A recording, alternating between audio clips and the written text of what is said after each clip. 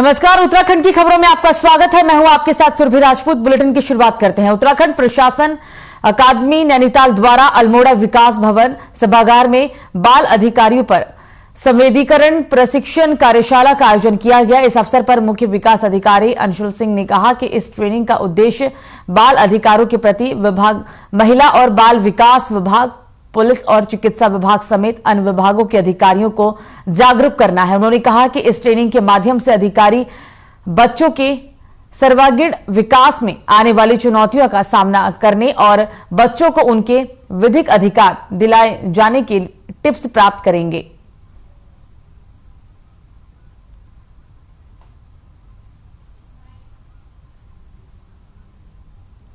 Sir, अभी जो हमने सुबह ऑफिसर्स से बात की, सो बेसिकली एजुकेशन डिपार्टमेंट के ऑफिसर्स हैं, आईसीडीएस के ऑफिसर्स हैं, पुलिस के ऑफिसर्स हैं। तो अल्मोड़ा की जो चीज़ें निकल के आई कि अभी इस बीच कुछ बच्चों में आप भी देखते हैं कि नशे की लत थोड़ा बढ़ रही है या पॉक्सो के कुछ मामले आ रहे हैं। तो हम लोग ये कोशिश कर रहे हैं कि एजुकेशन डिपार्टमेंट के माध्यम से हम लोग पेरेंट्स तक पहुंच सकें और समाज में हमारे एक ऐसा एनवायरनमेंट क्रिएट कर सकें जो कि चाइल्ड फ्रेंडली हो बच्चों के, क्योंकि बच्चे कभी बुरे नहीं होते। ये हमारा एनवायरनमेंट होता है जो उनको ये सब करने पे मजबूर करता है। तो उनकी क्या प्रॉब्लम्स है उनको समझने के लिए एक संवेदना हमारे अंदर हो, हम प्रयास कर रहे हैं कि हम टीचर्स के माध्यम से जो है पेरेंट्स तक पहुंच सकें और सोसाइटी एट लार्ज तक हम लोग अपनी बात पहुंचा सकें। देखिए, ये ट्रेनिंग सारे अधिकारियों की, जिला स्तरीय अधिकारियों की कराई जा रही है। जैसे आज थीम है हमारी राइट ऑफ चिल्ड्रन। तो बच्चों को जो राइट्स हैं, जो वेरियस लेजिस्लेशंस हैं, जो वेरियस सोशल इश्यूज हैं या वेरियस कल्चरल इश्यूज हैं या जोग्राफिकल इश्यूज भी जो हम लोग फेस कर रहे हैं, उसके रिस्पेक्ट में क्या एसओपीज हैं, क्या लीगल राइट्स हैं बच्चों के, तो इसके बारे में हम अवेयरनेस अपने सारे विभागों की करा रहे हैं। साथ ही साथ इसका ये बहुत अच्छा फायदा है क्योंकि ईटीआई के माध्यम से कराई जा रही है। जो ये फीडबैक दे रहे हैं उनको ये लोग यहाँ से लेकर जाएंगे हर जिले से, और फिर एसओपीज क्रिएट होंगे and it would be helpful for the whole state. और खासकर ऐसे और भी इश्यूज हैं जो हम अगले 2 दिन में हैंडल करने वाले हैं। तो उत्तराखंड में कई भर्ती घोटालों और भ्रष्टाचार को लेकर कांग्रेस का विरोध प्रदर्शन जारी है। कांग्रेस प्रदेश अध्यक्ष किरण माहरा के आह्वान पर कांग्रेस प्रदेश भर में विरोध प्रदर्शन कर रही है। इसी कड़ी में देहरादून के गांधी पार्क में महात्मा गांधी की प्रतिमा के नीचे पूर्व मुख्यमंत्री हरीश रावत, विधायक अनुपमा रावत, कांग्रेस के पूर्व प्रदेश अध्यक्ष गणेश गोदियाल समेत तमाम कांग्रेसी नेता सांकेतिक उपवास पर बैठे। इस दौरान उन्होंने भर्ती घोटालों को लेकर सरकार की कार्यप्रणाली पर प्रश्न चिन्ह लगाया। साथ ही पूर्व मुख्यमंत्री हरीश रावत का कहना है कि राज्य का पब्लिक सर्विस कमीशन एक चमकता हुआ मुकुट है। जिस तरीके की घटना वहां हुई है ये कोई सामान्य स्थिति नहीं है क्योंकि वहां पेपर लीक हुआ है। उन्होंने सवाल उठाया कि सिस्टम के अंदर गंभीर और जेई में और विभिन्न एग्जाम में हमारे द्वारा मतलब उसके द्वारा पेपर को लीक करवाया गया है। व्यथित भाव से पार्टी धरना दे रही है। मैं उपवास पर बैठूंगा, 1 घंटे का उपवास पर बैठूंगा। और देखिए, पब्लिक सर्विस कमीशन राज्य का और ये संस्थाएं हमारा अभिमान है, लेकिन इन संस्थाओं में क्या हो रहा है ये बड़ा चिंताजनक है। और ये एक सामान्य नहीं है पेपर का लीक। ये तो इस मामले में मुझे लगता है कि बहुत गंभीर स्थिति है आयोग के अंदर कुछ न कुछ जो है, और इसलिए आयोग को भी और राज्य सरकार को भी इस पर बैठ करके बातचीत करनी चाहिए।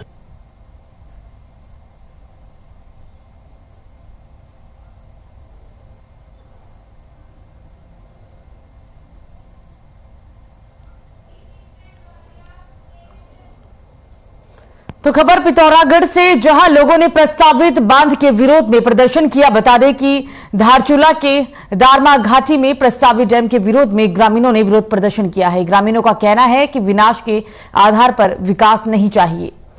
आगामी माइग्रेशन जाने के बाद टनल कार्य रोकने की ग्रामीणों ने चेतावनी भी दी। बता दें कि इस दौरान दारमा संघर्ष समिति के अध्यक्ष पूरन सिंह गवाल ने कहा कि दारमा घाटी के कई गांव पहले से ही आपदा की मार झेल रहे हैं। ऐसे में 165 मेगावाट बोकांग वॉलिंग जल विद्युत परियोजना के बनने से दारमा वैली में आपदा का खतरा और बढ़ जाएगा।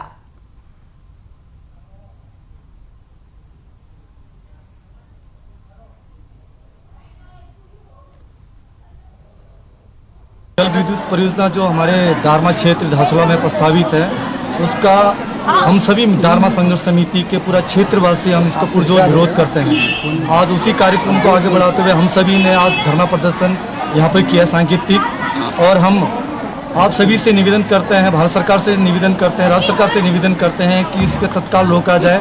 लगभग बिना अनुमति के, जैसे हमारी जानकारी में आया, सर्वे के द्वारा जो सर्वे किया जा रहा है उसकी आड़ में वहाँ पर 20-25 मीटर टनल खोद दिया गया है। और सामरिक दृष्टिकोण से भी हम लोग, आप देखेंगे चाइना 30-40 किलोमीटर हमसे दूर है, उस दृष्टिकोण से भी भारत सरकार को इसमें विचार करना चाहिए।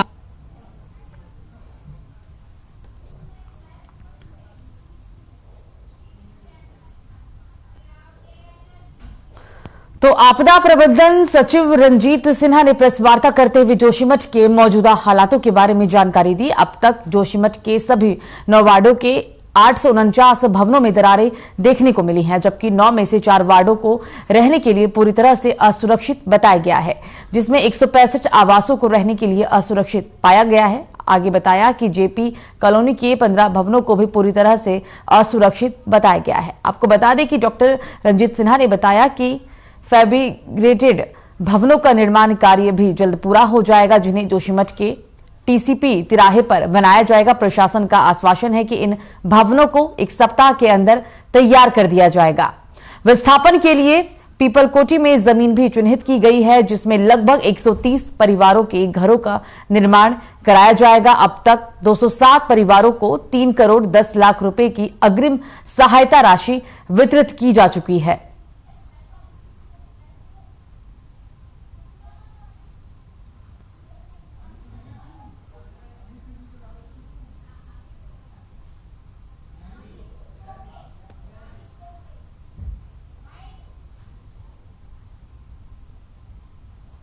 कहा है, लेकिन वो काम कंटिन्यू चलता रहेगा।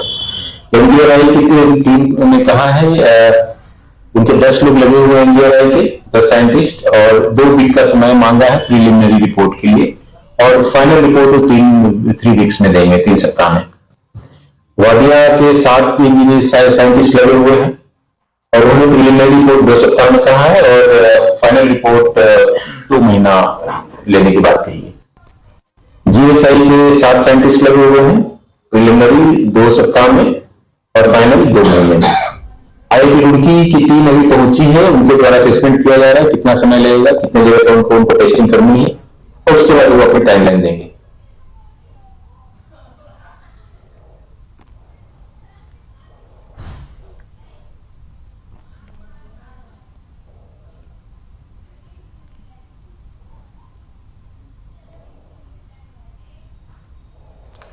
तो उत्तराखंड के मुख्यमंत्री पुष्कर सिंह धामी टनकपुर के 2 दिवसीय दौरे पर थे, जिसमें मुख्यमंत्री संध्याकालीन मां शारदा की आरती भी की और उत्तरायणी मेले के उद्घाटन भी किया। इस दौरान सुरक्षा के नाम पर टनकपुर कोतवाली प्रभारी निरीक्षक चंद्रमोहन सिंह ने कवरेज के दौरान पत्रकारों के साथ बदसलूकी और धक्का मुक्की भी की। आपको बता दें कि वरिष्ठ पत्रकार देवेंद्र चंद्र देवा के साथ धक्का मुक्की और बदसलूकी किए जाने से पत्रकारों में भारी रोष देखने को मिल रहा है, जिसके चलते चंपावत जर्नलिस्ट यूनियन के पत्रकार टनकपुर मुख्यमंत्री कैंप कार्यालय पहुंचे, जहां पत्रकारों ने उत्तराखंड मुख्यमंत्री पुष्कर सिंह धामी को संबोधित ज्ञापन भेजा, जिसमें पत्रकारों ने प्रदेश के मुख्यमंत्री और चंपावत विधानसभा से विधायक पुष्कर सिंह धामी से इस मामले की जांच कर नियमानुसार कार्रवाई किए जाने की मांग की है।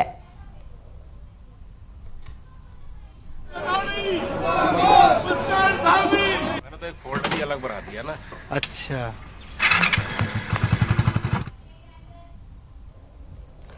तो उत्तराखंड लोक सेवा आयोग पेपर लीक मामले में विपक्ष लगातार सरकार पर हमलावर है। कांग्रेस के वरिष्ठ नेता और पूर्व मुख्यमंत्री हरीश रावत ने एक बार फिर से इसका समर्थन किया है। एक बार फिर प्रदेश सरकार के खिलाफ मौन व्रत रखकर युवा बेरोजगारों का समर्थन किया।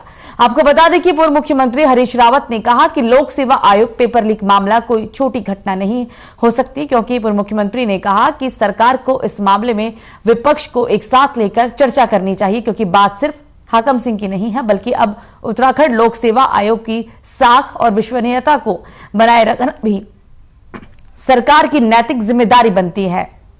उन्होंने कहा कि प्रदेश में जब बात पंतनगर यूनिवर्सिटी जैसे बड़े संस्थानों तक पहुंच गई है, तो ऐसे में सरकार को कोई ना कोई ठोस कदम जरूर उठाना चाहिए।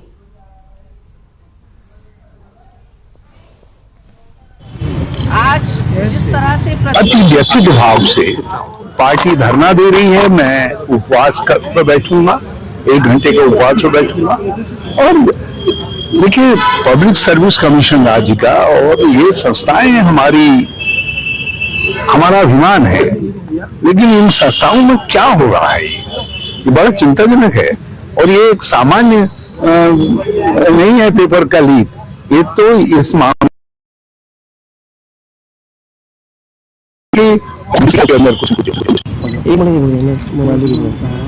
अरे यार मोबाइल से बस एक पीछे आ जा भाई, सानावाज पीछे सवाल।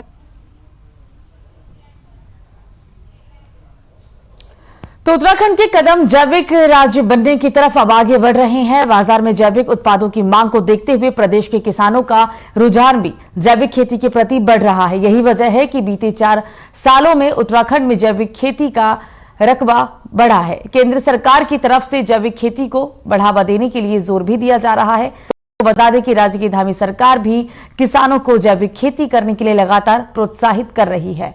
बताते चले कि कृषि मंत्री गणेश जोशी ने कहा कि मोदी जी का विशेष आशीर्वाद किसानों पर है और जब से इस मंत्रालय को उन्होंने संभाला है तभी से लगातार जैविक खेती की ओर उत्तराखंड राज्य बढ़ रहा है।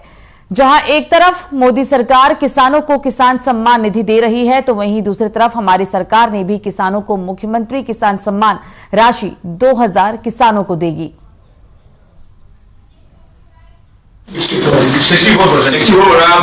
अगर आप देखें किसी किसान से अगर आप बात करें, जब से ये मंत्रालय मुझे मिला है और माननीय मोदी जी का एक विशेष आशीर्वाद किसानों को है, जहां किसान सम्मान निधि केंद्र सरकार दे रही है। हमारी सरकार ने भी फैसला किया है कि मुख्यमंत्री किसान प्रोत्साहन राशि 2000 रुपए हमारी सरकार देगी, जो किसानों की आय दुगने में एक सार्थक कदम आज की तारीख में तो माना हो जाएगा कि जो सारे कंप्यूटर होता है। तो खबरों में आगे बढ़ेंगे। मौसम विभाग के निदेशक विक्रम सिंह ने उत्तराखंड में मौसम की हलचल को लेकर पूर्वानुमान जारी कर दिए हैं। मौसम विभाग के मुताबिक आने वाले कुछ दिनों में प्रदेश में बारिश और बर्फबारी हो सकती है। आपको बता दें कि 18 और 19 जनवरी के दरमियान अधिक ऊंचाई वाले स्थानों पर बारिश के साथ बर्फबारी देखने को मिल सकती है। हालांकि आगे भी कुछ दिन बारिश और बर्फबारी के संकेत देखे जा रहे हैं। पिछले 2 दिनों से फिलहाल प्रदेश में मौसम तो साफ है, लेकिन कड़ाके की ठंड के चलते आम जनजीवन अस्त व्यस्त है। दूसरी तरफ आपको बता दें कि मैदानी क्षेत्रों में कोहरे ने पिछले कई दिनों से खूब सितम ढा रखा है। आने वाले दिनों में मैदानी इलाकों में सूखी ठंड से राहत मिल जाएगी।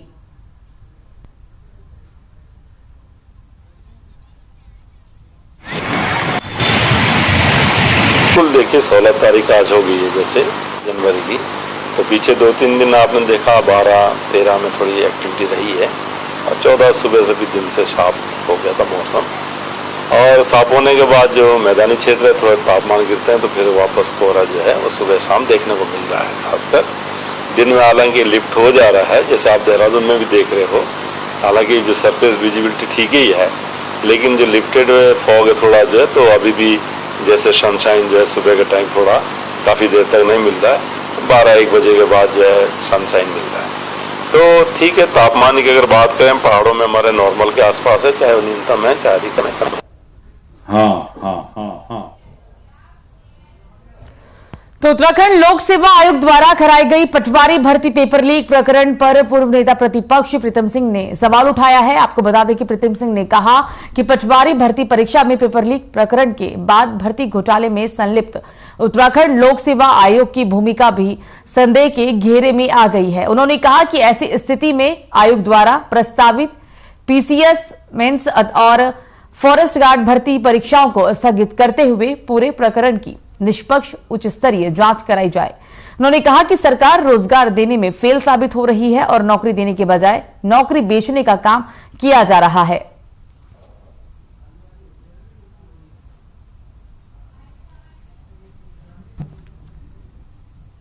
हुई कि प्रदेश के अंदर लगातार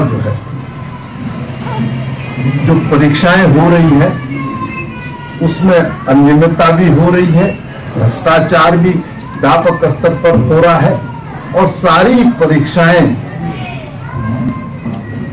जो है उस संशय के घेरे में है। पूर्व में यूके एसएससी में जो भर्तियां हुई उसमें व्यापक स्तर पर अनियमितता भी और उसके खिलाफ निश्चित रूप से जो है सड़कों पर उतर करके उत्तराखंड के नौजवान साथी संघर्ष करने का काम कर रहे थे।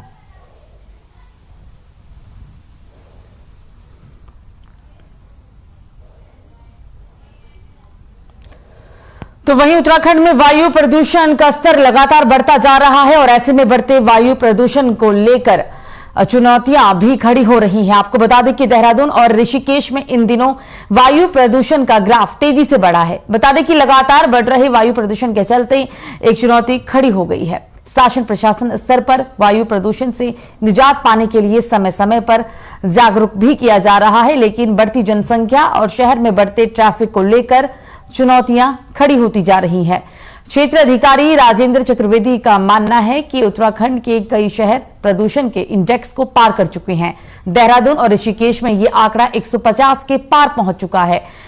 दून अस्पताल के फिजिशियन डॉक्टर कुमार जी कौल ने कहा है कि बढ़ते प्रदूषण के चलते मरीजों में सांस लेने में ज्यादा दिक्कत आती है।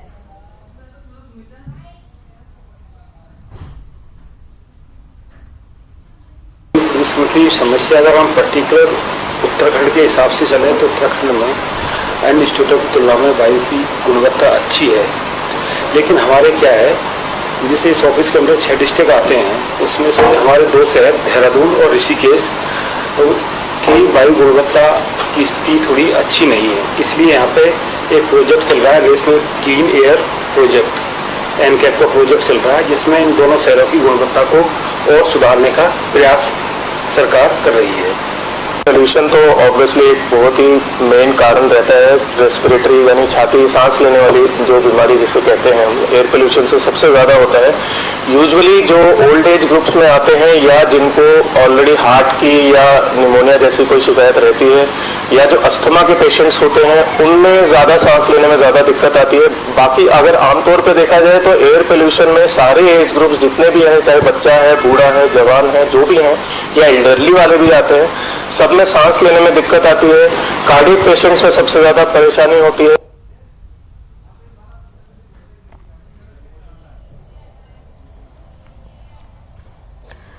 तो सड़क सुरक्षा सप्ताह का आज आखिरी दिन है, लेकिन लोगों में कोई भी जागरूकता नहीं देखने को मिल रही है। बता दें कि ऋषिकेश में चौक चौराहों पर तैनात पुलिसकर्मियों के सामने दोपहिया वाहन पर 3 सवारी बैठकर गुजर रहे हैं।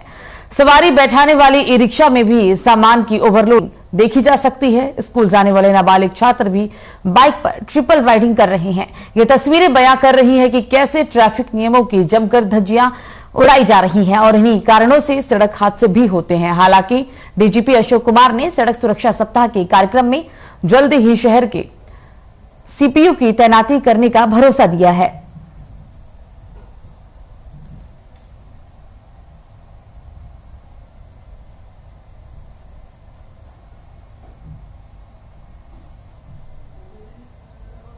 हमारे TSI लग गए, हमारी मोबाइलें आ गई, इंटरसेप्टर्स आ गए, हमारे यहाँ पे TI भी मैंने लगा दिया है, ऋषिकेश में भी और मुनिकेरेत में भी, लक्ष्मण झूला में भी। इसलिए मैंने यहाँ से शुरुआत की। कोऑर्डिनेशन भी कराते हैं। मजिस्ट्रेट तो नहीं है, हमारे SSP टेरी कोई नोडल बनाते हैं। सर ऋषिकेश में कोई चालान की कार्रवाई नहीं होती, चौक चौराहों पे खुलेआम ओवरलोडिंग होती है, सब कुछ होता है। लेकिन बात यह है ना, जब तक ट्रैफिक पुलिस नहीं होगी, नियमों का पालन देहरादून राजधानी की तरफ से नहीं होगा। हमने CPU टीम भेजने का भी निर्णय लिया है, जब सब होगा।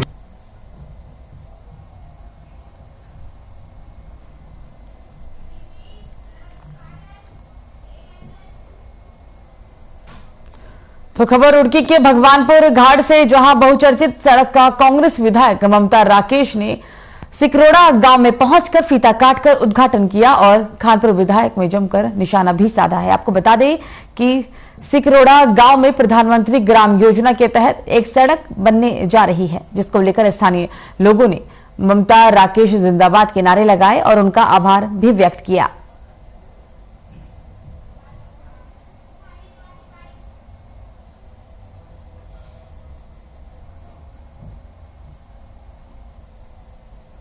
विधायक जी ने हमारी सड़क बनवाई। उमेश कुमार का तो कोई मामला ही नहीं है, विधायक जी में विधानसभा है, वो तो एक फर्जी मामला है। वो एक हवाई नेता है। उन्हें क्या संदेश देना चाहते हैं? कुछ भी नहीं है। वो लोकसभा चुनाव लड़ना चाहते हैं, जबकि यहाँ उनका कुछ है नहीं। यहाँ तो हमेशा लोकसभा में भी हमारी विधानसभा से कांग्रेस ही जीत गई और आगे भी कांग्रेस ही जीत गई।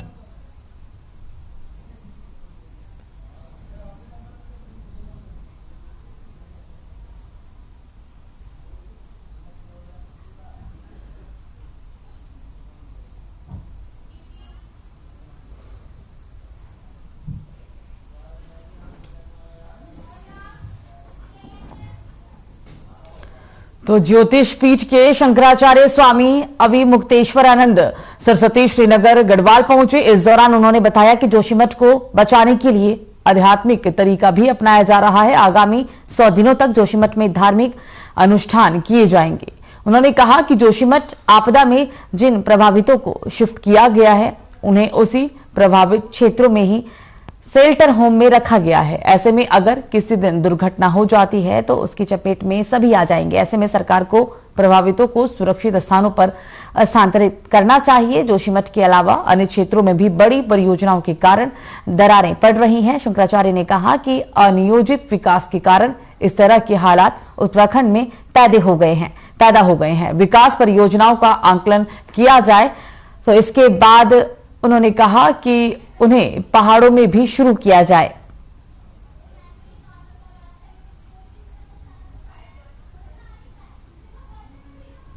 अनेक अनुभवों से हमको ये पता चल जाता है कि हमको नियोजन करना चाहिए। नियोजन के लिए हमारे यहाँ विभाग भी हैं, अधिकारी भी नियुक्त हैं, लेकिन पता नहीं क्यों कहते हैं कि अधिकारी रिश्वत लेते हैं और मनमाना करने देते हैं। तो इस पे अंकुश लगाया जाना चाहिए। इतना ही कहेंगे, इससे ज्यादा क्या कहें। अनियोजित विकास जो है विनाश को आमंत्रण करता है, और अंधाधुंध विकास भी, विकास के कार्य एक निर्धारित गति से किए जाने चाहिए।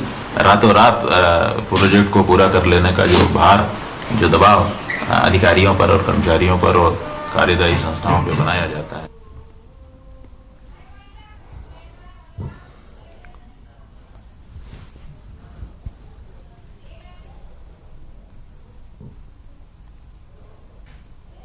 तो उत्तराखंड की खबरों में मुझे दीजिए इजाजत। नमस्कार।